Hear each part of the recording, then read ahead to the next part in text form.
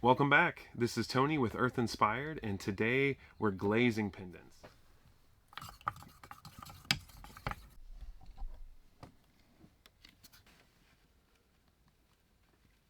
This is going to be another good one. So, in a previous video, we turned them from raw clay into the pendants. Now they've been bisque fired and they're ready for the glaze. After that, they'll be Raku fired, but today's all about glazing. So we're going to use some homemade glazes, some commercial glazes. I've got a few different techniques I can show you so you can take your simple pendant and do a little simple glaze technique to achieve a more complicated look. So stay tuned and we'll get started. Alright, let's take a closer look at the actual glazes.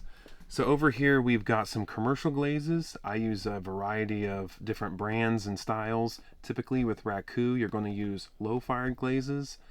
And commercial glazes are great for any kind of ceramics, especially if you're new or are inexperienced with making glazes. They're good for food safe and other reasons. But if you have some experience or want to play around with making your glazes, that's very easy to accomplish as well. These are some of my homemade glazes. With Raku, you can make very simple glazes, a very simple clear glaze, then add colorants to it to get a variety of colors. Over here we've got some raw ingredients. There are different minerals you can mix together. And on your left there is copper carbonate, which is one of the colorants we use. It's known for its copper flash. So fired reduction, it will pull out those copper colors. Firing other ways, you just get that nice green. So here's a few other test tiles I wanted to bring to your attention of some of the other colors you get with the Raku. A nice earthy organic look. Now over here I wanted to show you, we've got some examples of what the glaze looks like finished fired, and then on the actual pendant piece you can see what the glaze looks like unfired. So all of these will get a clear coat put over top of them. At the top here, both of those tiles are painted with clear, but the one that has black in the texture, that's where I took some black glaze, painted it into the cracks and crevices, hit it with a sponge to sponge off the excess, and then that black glaze remaining in the texture really pulls that texture out. The one without the black glaze, you can see it just doesn't pick up the texture. Alright, we're going to start with the skull since Halloween is fast approaching. You're going to want to, anything you want black, you're going to want to glaze black. So the eye sockets, the nose, what represents the teeth. Also, we're going to want to get around this hole, around the top of the head,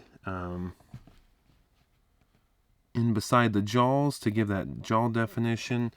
Now we're going to take our sponge, get it wet. You want to really wring it out. You don't want it sopping wet because you'll wash away a lot of that glaze. So we're going to just do some light sponging. You want to wipe a little bit, rotate your sponge to a clean spot, wipe a little bit.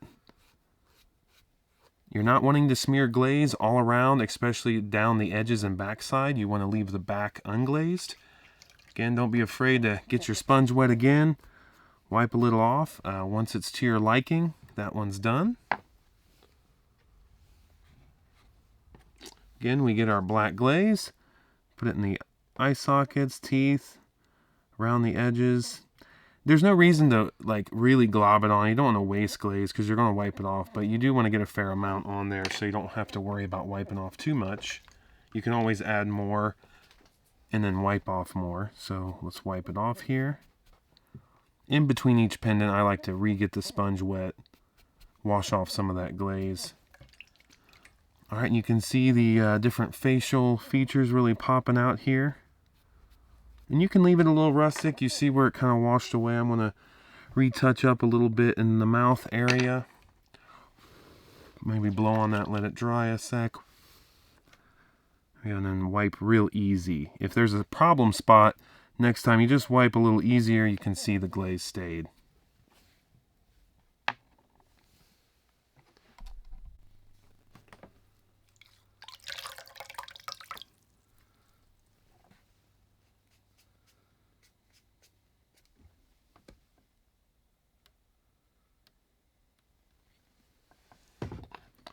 Alright, for this next technique, I call this the MultiColor Blob technique.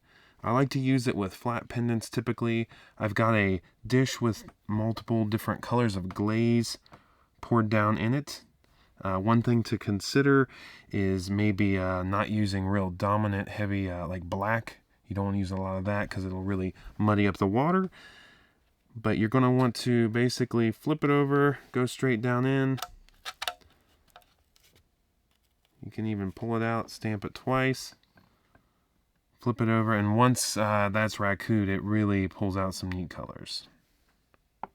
We're just going to take our flat pendant, go straight down, get it in the glaze, come straight up. Now that we've got some color on these pendants, they're ready for a clear coat. Next time you see us, we're getting out the kiln to play with some fire.